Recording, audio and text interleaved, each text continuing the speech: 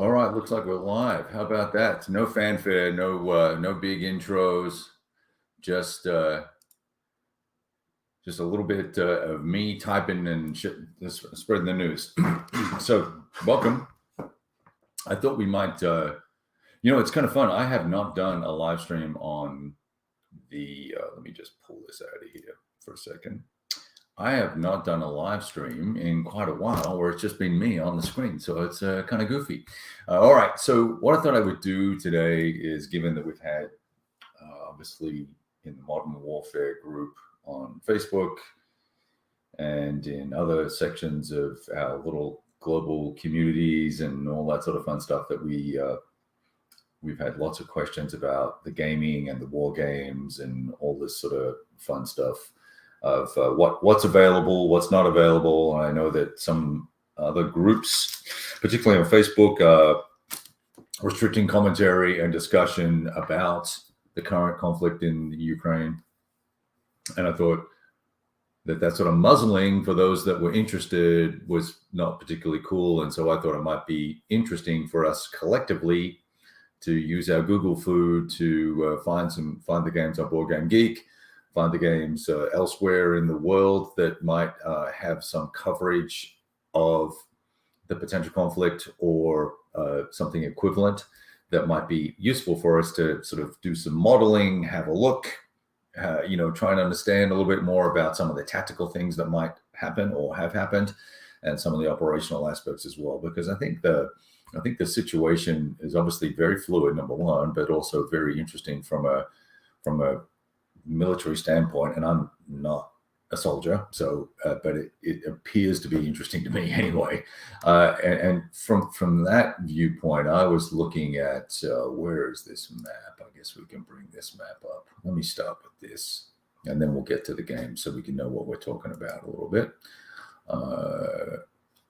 How do I make that full screen Z? There we go. So I had, found this one particular site, and I'll grab the link here. Let's get all the Facebook reference stuff out of it.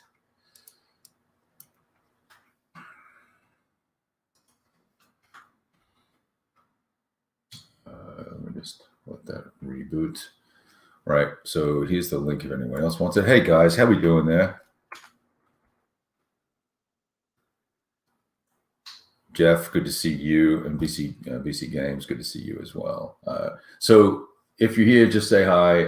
I thought, just contextually, I think we'd all seen, one of the things that surprised me is, we'd all seen all these forces massing around Kursk and Volgorod, and then around the southeast of Donetsk, and obviously there were forces in, the Sevastopol region, Crimea down here. If you guys can see that, that's really, let me do this. Let me switch it. Maybe that's better. Sorry. So, here and then across sort of the eastern flank, but I didn't see anyone reporting anywhere that there would be potentially forces, Soviet forces entering via the Chernobyl area and from Belarus. So that to me was kind of like, oh, that's a surprise. Look at that action right there. So I've enjoyed having a look at this map and seeing some of the movements and some of the activity. And then there's another site that I've been looking at, if I can find it, where I may not have it up. Well, there's another site. Let me see if I can find it over here. Bear with me for a second.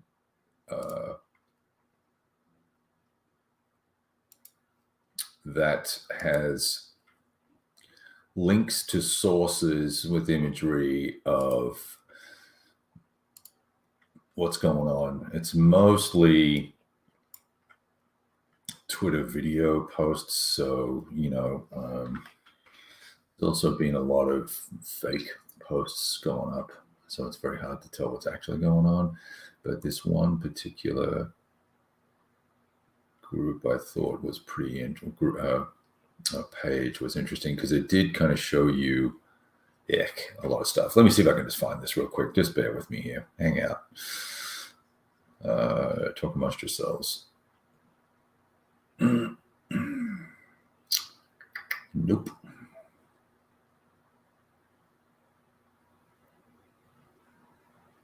Yeah, this is it here. All right, here we go. Let me just bring this up, and then I'll, if I can get it to come up. So we can copy the link address, and I'll share it with everybody. You can have a look at it on your own screen. It's going to have a Facebook ID on it, but it should post. Oh, wow, it posted twice. My apologies. I'm not sure why I did all that.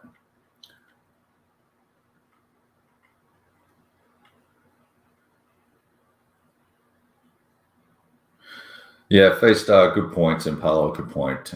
Anyway, so well, the very first question we had before the show actually started was this: why isn't Mitch going to run with the next war, Ukraine? There are a couple of reasons. One, he's focused on potential conflicts, not current conflicts.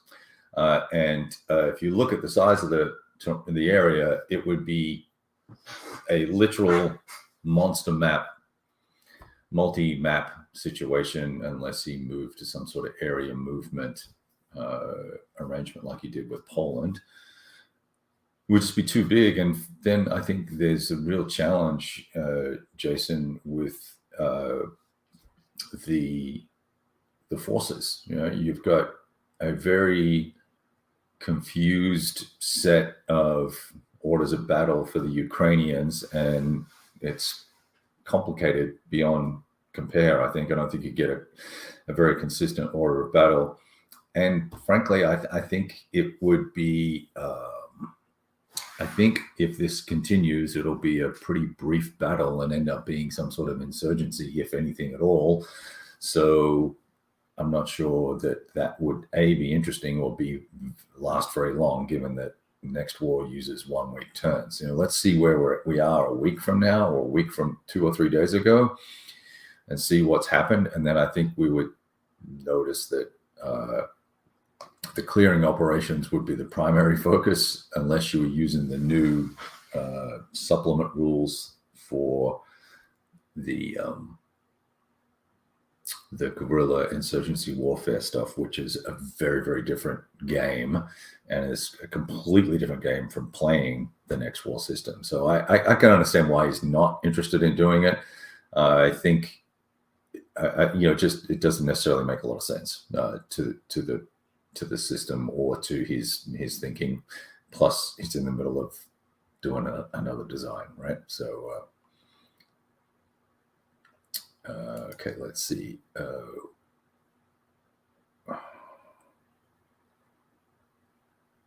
I'm looking at where did I lost Fabrizio's comment. He said he recommended some site.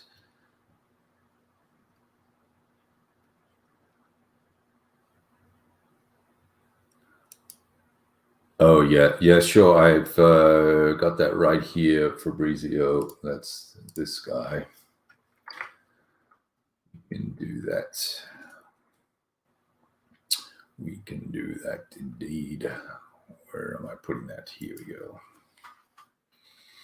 I should check that side out. It's well worth looking at. All right, so let's talk about the titles that I was able to find. And here's where I'm really not a good Google search guy. I'm really relatively inept at it. So in Board Game Geek, I did a Ukraine search. I typed in Ukraine, and these are all the games that came back.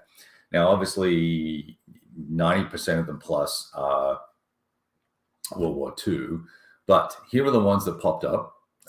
First one, Millennium Wars. This Tony Gosling guy is a pompous ass, so I would ignore that video. It doesn't really tell you anything. He gets into a whole bunch of extraneous stuff and spends most of the time denigrating Joe Youst and denigrating Wargamers and we're the cause of war and all this nonsense. So he's just a douche. This game, though, Millennium Wars system is really, really interesting. The counters are very difficult to use. The charts and these are the old counters too. Or maybe not. Oh, you can't see the backs of them. The backs of them have all the relevant information. There are these icons that represent different types of operations that you can conduct, and you might have 6 icons on the back of these counters here. And I've got you guys all pulled over to one side. So if I keep looking that way, it's because that's where all the commentary is happening over there. Can I clear the comment? Oh, sorry. There we go. Let me do it. There we go. Thank you, Mr. Jarvis. Good catch there. Thanks, Brian. Good to see you. Welcome. Hey, Mo, how you doing? So anyway, on the back of these counters, there's this. There are all these little icons, and I don't believe there are any other. Yeah, it's not going to. And the map is pretty ordinary. Whoops. Oh, come on. Yeah, see, there's not a lot of pictures. I've played a different version of this. I did the Lebanon scenario, and there's a chart with tiny font writing that for each of those icons I mentioned. And like I said, on the back of the counters, these little half-inch counters, you might have 3, 5, 6, 8 or more little icons that represent, can you do things like, I don't know, search and destroy, or stop and frisk, or bounding movement, or all these different sort of operational / tactical concepts, remote support fire, and all these sorts of things, calling in different types of strikes and having extended ZOCs and all sorts of stuff. Anyway, and I'm basically making all that up because it was a long time ago that I played it, but I found all the content for what each of those little icons represented and what you could do was in a tiny little box, jammed with words and very difficult to read, versus on a proper chart or actually, broken out in the rules. So I think because of the form factor, you can see this tiny box here, right? So this didn't really work. This system didn't work for me, and I found it functionally not effective at all. It was very difficult to get a sense of what the capabilities of the different units were, and I was enormously underwhelmed with this system. So for me, this really kind of puts this game out of the play. As you can see, there's no terrain, right? Virtually no terrain. I couldn't even find a tech chart in the version I had from the magazine. Very, very difficult. Had to get online and download a lot of rules and a lot of fixes for the Lebanon scenario. So this is one you could use. You could certainly buy it and try it, and I wouldn't be opposed to it. Not that I would be opposed to it. I think you could probably try it, right? Is my point. Hey, Richard, good to see you, and Eves, good to see you. So there's that. The next one. Now, this is from the Armchair Dragoons guy, Brant, I should say. I don't know anything about it. This doesn't really tell us too much.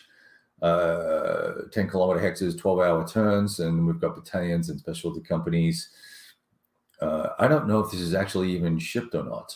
It's reading like it hasn't, but is this even live? Can we actually buy this? I don't know. It's got command cards and 200 counters, and apparently has a gorgeous map. So let's have a look at the map. Okay, so it's got that Battles Magazine style artwork. The counters look interesting.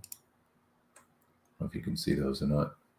If I'm going too fast, just tell me to stop or slow down. Yeah, okay. And here are the counters. Better look at the counters. Not sure what all the different numbers mean. We could probably hazard some guesses, but we won't. Looks like it has some civilian elements in it. So this might be a really good opportunity to mess around with the conflict and understand things. So now this is be huge. Ticket to Ride, Ukraine. Who knew, right? I mean, it's got it covered. I've actually played a game of Ticket to Ride. A war game a friend of mine owes me. So yeah, that's a title. I think we could hey, Chris, how you doing, man? Good to see you. Oh, so it's not a legit game, Mo. We're not gonna be able to buy it. That would be a shame. So anyway, so you may have to default to Ticket to Ride. I don't know. There's that. All right. Donetsk battles. Now, this is set in the first Ukrainian war. Neil, good to see you. And yeah, great. It's all about, that Ticket to Ride's all about logistics, Eves. So let me see here. I actually like this game, and I like this game system, and I wish that they would do a reprint of it and give us more of this in a deluxe version with nicer counters and a better map, thicker stock and larger map and all that sort of good stuff. This is a really interesting tactical game system. I think it captures the action and the sort of mostly asymmetrical nature of the warfare pretty accurately. I think it's got a lot going for it from a tactical standpoint, and it'd be interesting to see this used as a means to sort of do, representative battles in Kiev or in the on the borderline or on the river or whatever the case may be on the Dnieper, right? So that's pretty interesting. And I think Fabrizio's got a point here. That Command Matrix Games has some scenarios out. So if you want to roll PC games, you can absolutely do that. I'm pretty much more interested in board gaming this stuff out. So I think this is a strong option to get a feel for tactics, number one, but then also the equipment profiles that the guys are using. That's we can get rid of that. So what other searches could I use? So there's that. Then number 2 and 3 of titles that I think would be useful. I think MBT. I think we'd certainly use MBT to run some scenarios. We could certainly, and so just because it's literally down at the squad level and tank by tank. And then I think we could also use World of War 85 would make for a great scenario development as well. I think you could build some real nice representative forces for both sides, particularly if you took the time to, adapt. You'd have to obviously fix some of the morale ratings for the Ukrainians and make them either a little bit lower or a little bit higher, depending on where you fell and what you believed, who was capable and who wasn't. So you could certainly do that. Let's see what else we got here. So what else? Let me hit someone hit me with some search titles. Which Brian? Which one for the CNN? Because there was actually. Oh, you know what we forgot? We forgot one game. Where is it? Opaque War. I didn't click on this guy for you. I actually quite like this game. There are ways to break it, but this game played out pretty interestingly because it has, let's zoom in here, it has mobs and media, and that impacts VPs. You've got this abstract concept of different types of supports. The movement and strategic movement can really make the game swing quite dramatically. There are these differing levels of support for each side. Quite a nice map. This covers the whole region too, pretty much. So you can see from this picture here, I think you can see that, okay.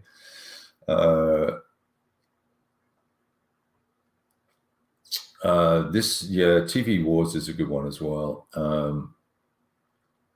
I think it's potentially a good one. I don't know. So I think this is particularly interesting game. It's just got a few hiccups with it. I did sell it off. I probably would pick it up again given the current conflict, because it does, it doesn't lend itself to building long defensive lines. You're really pocketing around key areas and wherever the focal point is for the bad guys, right? So there's a lot of that. There we go. And that's the whole map.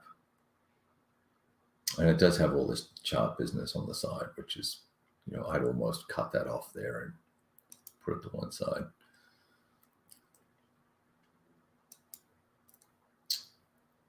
And then you have what looks like a very large Chechen or Cossack style fighter. The rules are pretty straightforward for this game too. You can see it's a fairly dispersed. I wonder what turn that is. You can't see the marker. Anyway, I thought this was pretty interesting. So anyway, as these support levels go up and down, it influences reinforcements and ammo and stuff like that. Someone built a tabletop simulator for it by the looks of it. So you can go get it on Tabletop Simulator. You can probably download the rules and God forbid you actually play it for free before you go buy it. There you go. And so there, everyone's set up face down to start with. So you really don't know who you're facing off against. So not ideal for solo play.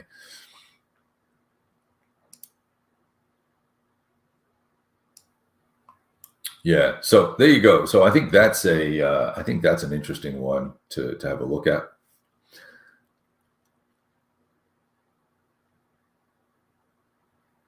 Oh yeah, Kosovo is war by television.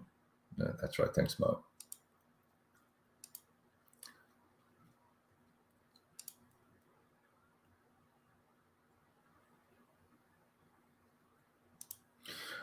Oh, Brian. Yeah. Totally good point here. The Ukraine crisis is set, I think, isn't it set in the first Ukraine war, or was it before that even? I'm not sure. I think it might have been a hypothetical, and that is a really good game as well. Do I still own that? I think I do. Very good game. More abstract from a conflict standpoint, from a mechanics, I guess the kinetic side of things. So it's how would I explain that game? It is, you're really trying to drive political will of your supporters, countries and other nations, and drive that up so that you receive more reinforcements and more materials and things of that nature. And that sort of stiffens the will of folks to keep fighting. And it also has, there's a kinetic aspect to it, but it's not the biggest part of the game, that you're moving pieces around, and by acquiring either without, if the more losses you inflict, it negatively impacts you. So you've got to capture areas without killing too many things or breaking too many things. It's a pretty interesting game. So yeah, so that and this Opaque War are probably the two best games I know of that are directly related. Then the Donetsk game would probably be the next one. And this one looks like it may not even be out, or may not be available. So Brandt's game probably would be off the list. Then there's this guy here, and this sucks.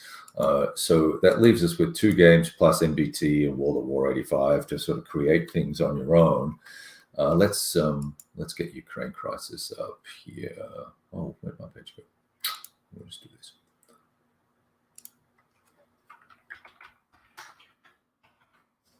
Oh, did I spell Ukraine wrong?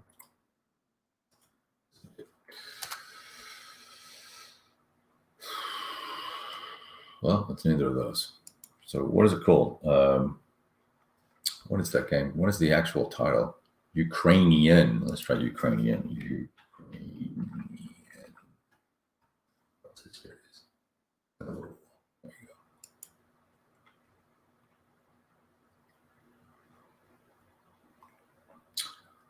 Now that I can see the map and stuff, I might be able to speak more knowledgeably about it as well.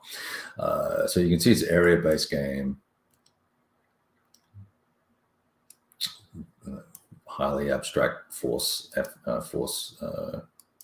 stuff. That's the Little Wars battle. That's the game there. See all these big piles of units and things. They come in slowly over time. You've got these cards that you can play to convert areas or move or create political events to have them occur. Now, where's the... oh, that's it. That's all the pictures there are. How about that? I thought I did a video. Did I do a video on this one? Did I do a video? Doesn't look like it. Well, if I did, I didn't post it, which wouldn't be surprising either.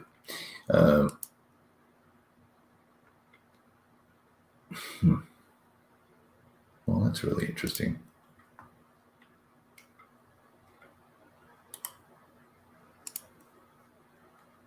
I'm pretty sure I have a blog post on it at least. Let's see if I can find it in AAS. Bear with me here, guys, while we try and find this real quick. Doesn't look like it. Wow.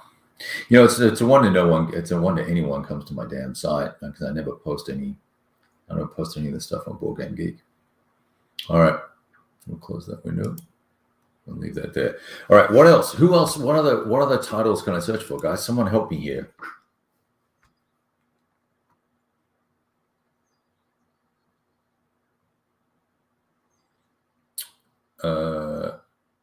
Yeah. So Mo. So that's a really good point. It is resource point oriented. Resource points and political points, I believe, political will points that drive up your VP count.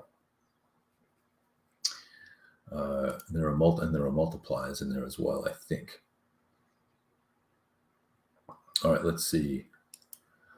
What is Fabrizio saying? I'm going to pull the share down for a second, and we'll just do that, and then I can bring this back over here and look at you guys. So let's see. Fabrizio assumes that NATO has human intelligence. Well, there you go.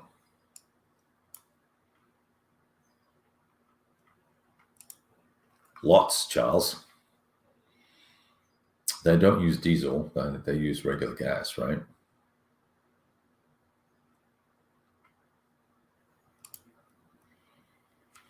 Now, how do we know that? How do we know it's only a third?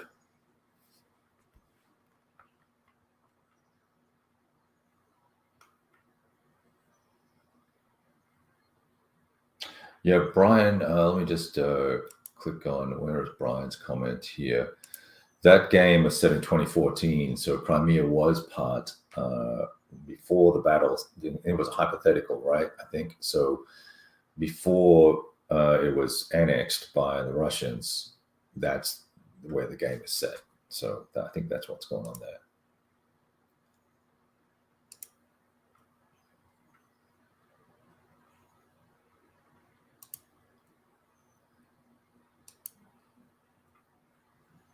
Diesel fuel, really? Well, what does the U.S. What do the M1s use then? Why am I confused there? Do both sides use? Do both the Americans and the Russians use diesel? Someone tell me.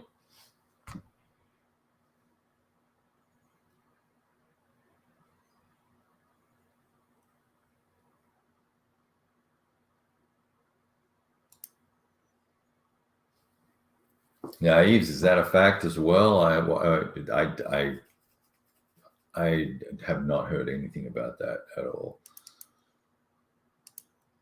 Only the Russians. I thought the Americans. Well, what is it that's different about the M1A1 engines that was problematic for them versus the other NATO tanks? And now we're off on a rabbit trail, and now I got to know, right? So tell me, because I'd always heard or thought that the U.S. armor was significantly different from other NATO platforms from a fuel perspective. So what's that all about? Someone clue me in there.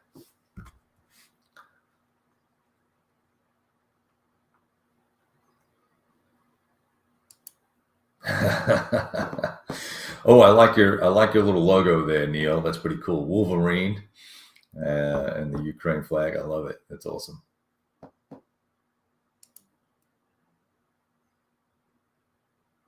Gas turbine. Oh, here it is. This is the one. Here it is. Gas turbine. Maybe that's what I was. confused about because it uses a turbine engine. Well, there you go. All right. So I still have not one of you, of the 30 of you that are sitting here, have offered me another search term that I can use to go and continue searching for additional games. So I will try. Let's try this. How about, well, Third World War is not going to help us. We want regional conflicts. In Donetsk, we've already done that. Battle for the airport. About this.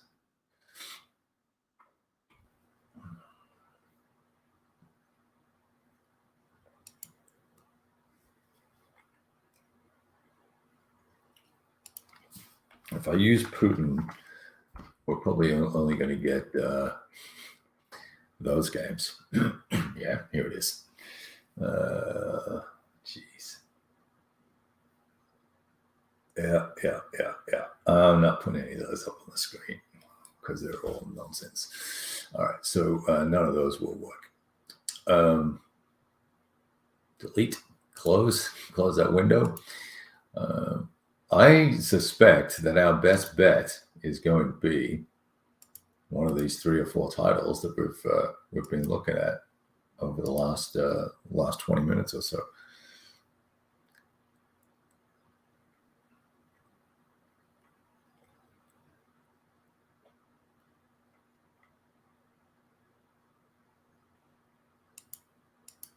All right. So let's see. So we've got the Russia-Ukrainian conflict of 2014. We've got the Ukrainian crisis. We've got Donetsk Airport. We've got the Millennium Wars, Ukraine, if you really want to like stuff your way through it.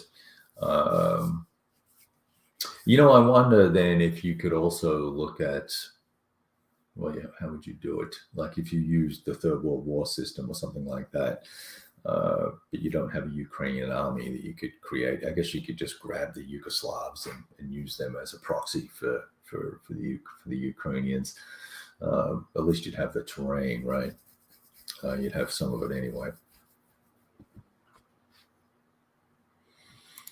Yeah, Neil, I saw that video. I posted that earlier today. That BMP was in really shitty shape. That's some rundown shit, which speaks a lot to their maintenance rituals, right? Or funding for maintenance, as the case may be, or discipline for maintenance as well.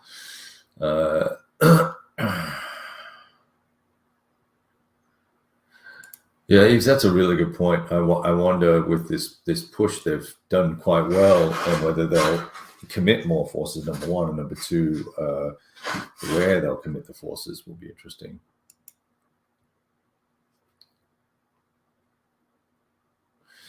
Yeah, and Brian, I think that's a good point. I don't know if there is a game covering that whole area, and I'd be curious to see if there was, right? I think that'd be interesting, and you could do it. You could sort of scale it up a little bit, go operational, do bigger hexes, larger hexes, maybe make them 50-kilometer hexes or something like that, and use a different type of zones of control or different mechanisms for interacting with each other, for that asymmetrical fighting, and then make it all about the cities and the river crossings and things like that. I don't know. You'd obviously have to have a pretty strong logistical component to it as well. Sounds like we need to get Under an Iron Sky Southern Front done. So I'm thinking here, Fabrizio, you're going to have to belly up and make that happen, my friend, and then give us a 2020 upgrade module with counters only and some new rules, and let's do it. I think that'd be fun. That's what I would do if I were you. After you've produced everything else that needs to be done for that system, all the expansions and bits and pieces and the reprints. All right. So, all right. Well, let's see. So we've prattled on for 34 minutes. I'm happy to keep chatting here. I'd like to see more. Ooh, Peter brings up some interesting assassination squads. That sounds mean.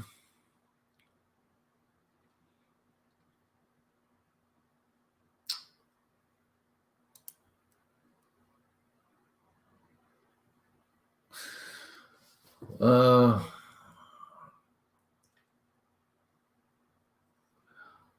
that's interesting. I would have thought they would have put more crack troops in, though, wouldn't you? Right? Or why lead off with your crap? Why are you that arrogant and that dismissive of the Ukrainian defensive effort, or was their subterfuge so powerful that they knew that the Ukrainians weren't prepared and that they could send in their second echelon weaker units? Less capable units, less well maintained, less disciplined units. You see some of these photographs of these guys that have been captured, and they're kids, and B, they certainly don't look terribly fit, aggressive, well, uniformed, well equipped. No backpacks, no rucks, none of that. I mean, one guy had a belt with 4 magazines and his AK, and that's it. I didn't see no MREs, no nothing. So it's pretty interesting. No, and this is also another good point too, right?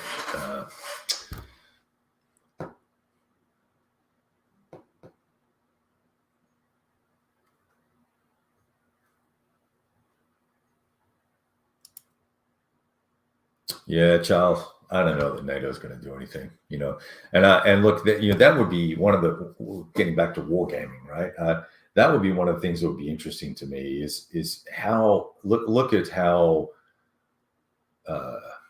much politics plays into this whole situation in terms of NATO response, let alone the fact I doubt NATO can respond effectively.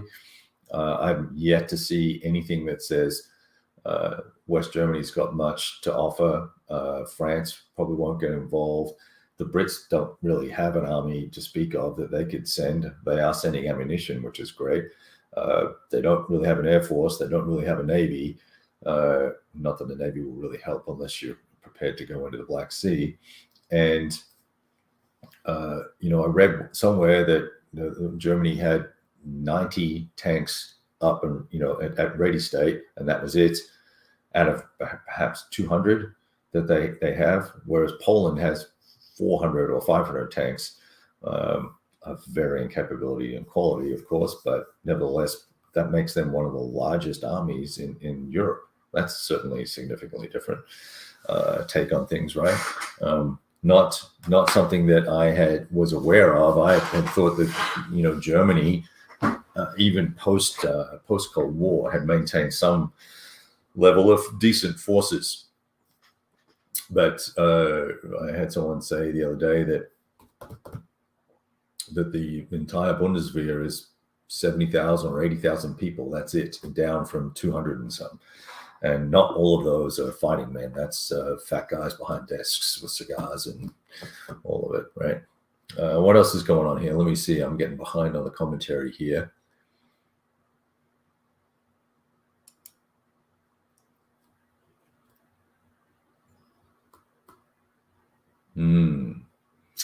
Right. So not formal Russian forces per se, but more, what would be the right word? Militia style units banded together. Although some of the uniform insignia I've seen look very much like, and I can't read it, but they were badged up like they were actual Russian parts of Russian formations. So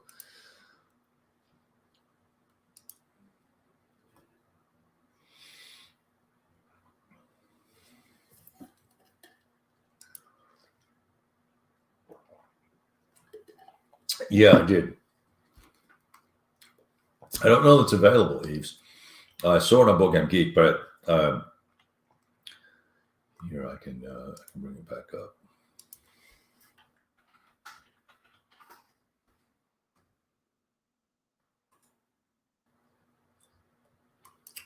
Let me just pop this. I have way too many windows open. I'm crushing my system right now. Let's do this. Here, I'll pop the link for everybody.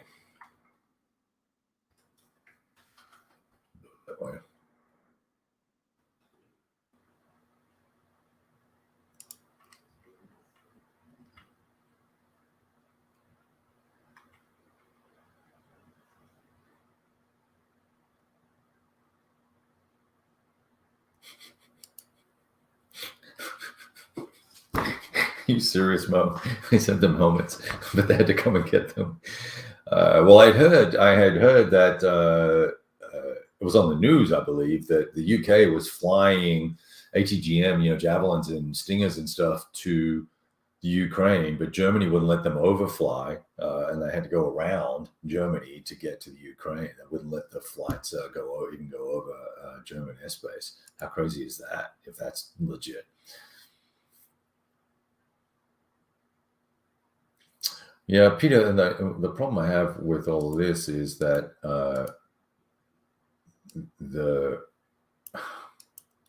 I don't know. Like they're trying to put these sanctions in, right? And the Belgians want to exclude diamonds from being sanctioned. The Italians want to exclude luxury goods. The Germans have gone, nicht wahr, nothing to do with it. And so, no one will lock down the financial institutions, the SWIFT money transfer system. Not that really matters, because the Russians have been building their own anyway to be able to conduct international currency transactions with other countries. So that's kind of a softball as well. So that's great. Some machine guns and some stingers. It's not going to cut it, man. And I don't know why the Ukrainians, if they really thought they were going to be invaded, I don't know why they had not called up reserves and done all the militia training earlier. I know that would have been seen as sort of an escalation, but we're seeing the price paid for that now to a certain degree. I did also saw a report that there was 3,000 deaths of Soviets. I find that hard to believe, because wouldn't the multiplier there be something like 10? That'd be 10,000 casualties for the Russians, which sounds extremely high. Or 5, it'd be maybe 8. So it was 3,000 deaths. So it'd be at least 12,000 casualties or something like that, right? 3 or 4 to 1 death to wounding type of thing would make sense to me, but I don't know. Crazy. Yes, Jeff, that's the thing, which is why this is happening now, right? And not in the summer. Not sure what that is, Juan. Can you please expand on that? That's a goofy comment. Not sure what it means. 600 million. Oh, good. Is that going to be like, never mind. I'm not going to say one thing. Dear.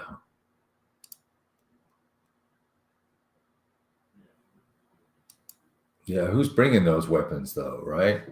And how are they getting there? And how are they getting to where they need to be? All this should have been done months ago, but dang, what a mess.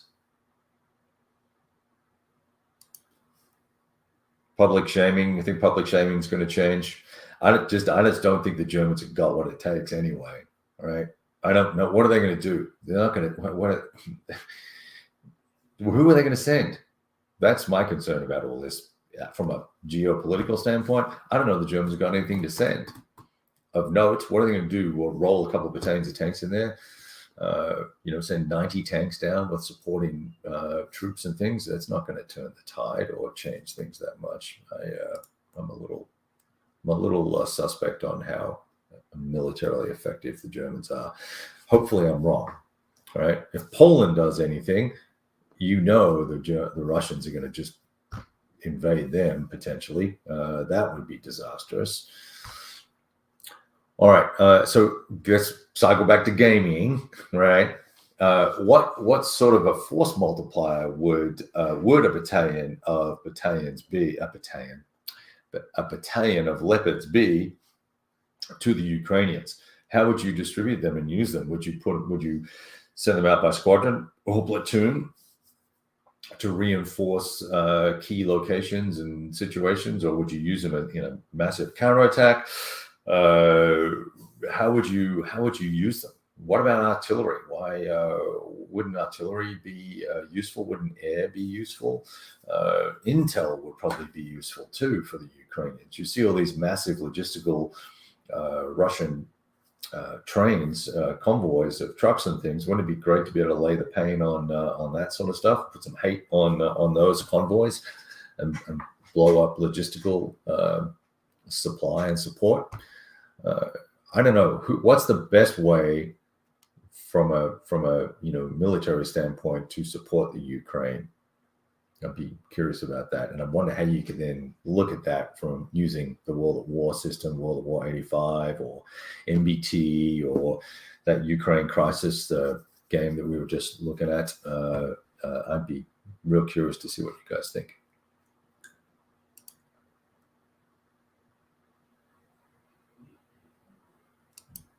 Well, I think they need both, don't they? I mean, they have one guy bringing the pain, right? This the ghost of Kiev, whoever he is, legend or otherwise.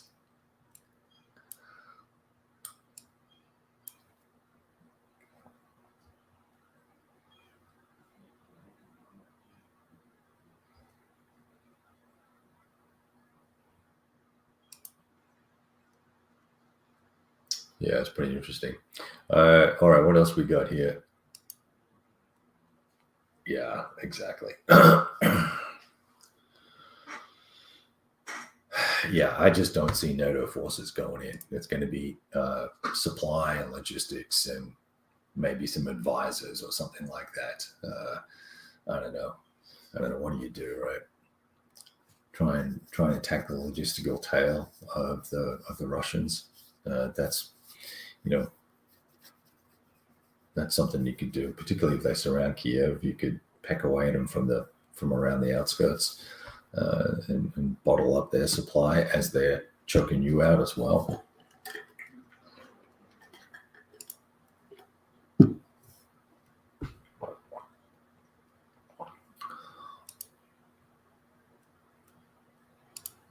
Oh no, that would be great. Talk to me, ghost, not goose.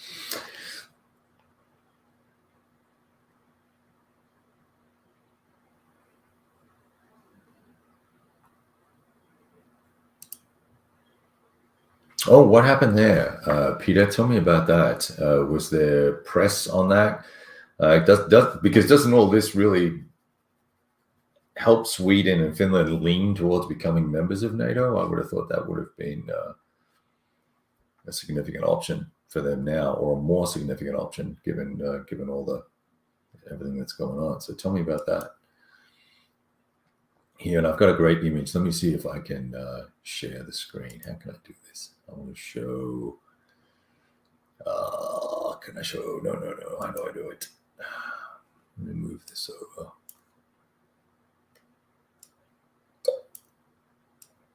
Come on. Come to daddy. Here we go. I guess you guys have all seen this, but I thought this was pretty cool. Great artwork. I don't know who did it, but that's awesome. I think I posted it up online somewhere. All right. Any other games? Has anyone got any other titles we can talk about or look at? Oh, here we go. That is an interesting idea. Yep. I did not know that they had done that, Neil. myassaultpage.com. Well, where did that go? myassaultpage.com. Let me see if I can bring some of that up in a second.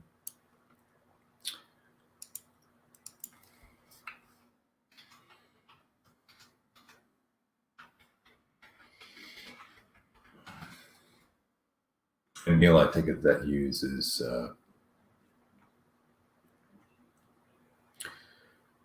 the same system by the looks of it. Expanded OOB and rules. Advanced assault in the 90s. Wow, this is really, I didn't even know this was here. I'm going to have a look at that later on. You guys should go check that page out.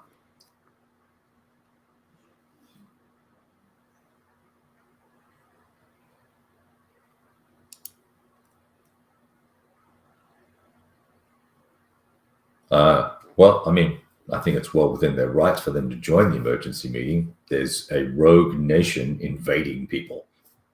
So there's that, Mr. Putin.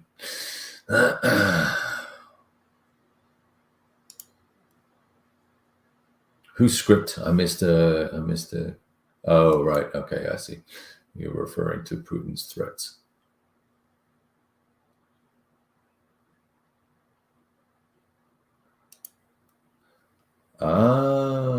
EU Red Strike Volume 2. Well, let's get Volume 1 out, bro. Let's get that game out.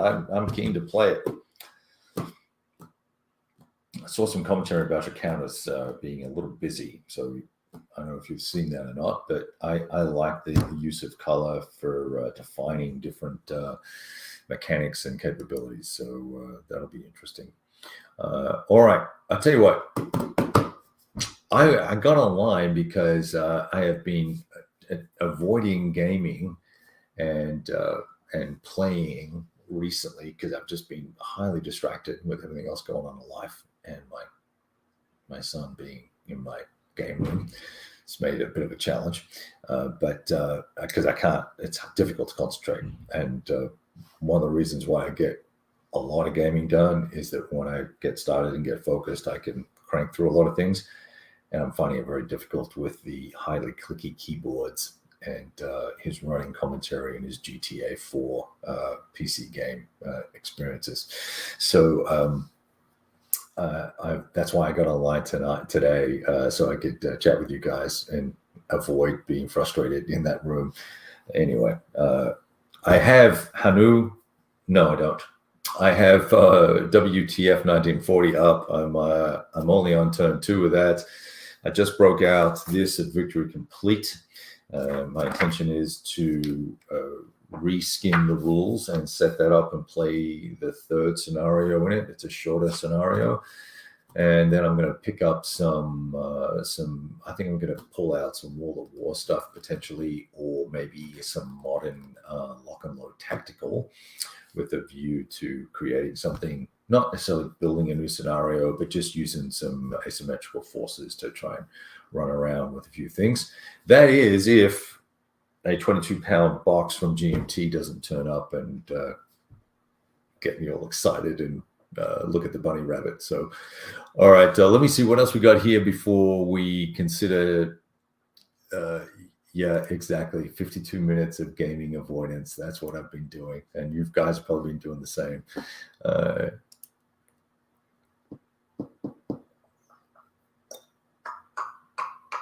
Interesting. Okay, cool. Yeah, you know who's got some good live stream is that Funka 350 guys. They have some good stuff. Oh, Clay, I'm on lockdown. I do need another room, but we will manage until we move and finally build this house. So we got the lot cleared. I actually got it done pretty cheaply. I had quotes ranging from $7,000 to $16,000 to get some or all of this land cleared, all the cedar trees taken out and burned off. And I found a guy who's delivering a prefab house for us for temporary accommodations for one of our or two of our kids out there. They were going to lay the pad down, and I had a sidebar conversation with the guy, and I said, "Look, you got the bulldozer here. You've rented it for a week because you're going to go use it elsewhere. Can I buy some time off you?" And so I got a significant number of acres cleared and scraped for I think $5,000 or $6,000. So I've got basically would have cost me 16 to get it done. So I'm winning. That means I can invest more in lighting and tables in the game room once we actually get the pad laid and the foundations laid. So I'm kind of excited. All right, what else we got here, fellas? Now, how do you know this? Have you got a shipping notification? What the fuck? What's that about? Now I'm jealous. I have no. All I've got is shipping. That's it. I know it's all coming, and I've seen the GMT newsletter, but I want my 22 pounds of love right here. Let's just even break it out and have a look at it. It'd be cool. I'm probably gonna open up Pacific War first, I think, and maybe just run through a very small scenario, maybe the Guadalcanal thing, or even just Pearl Harbor, just to get my toe dipped back into that game system again.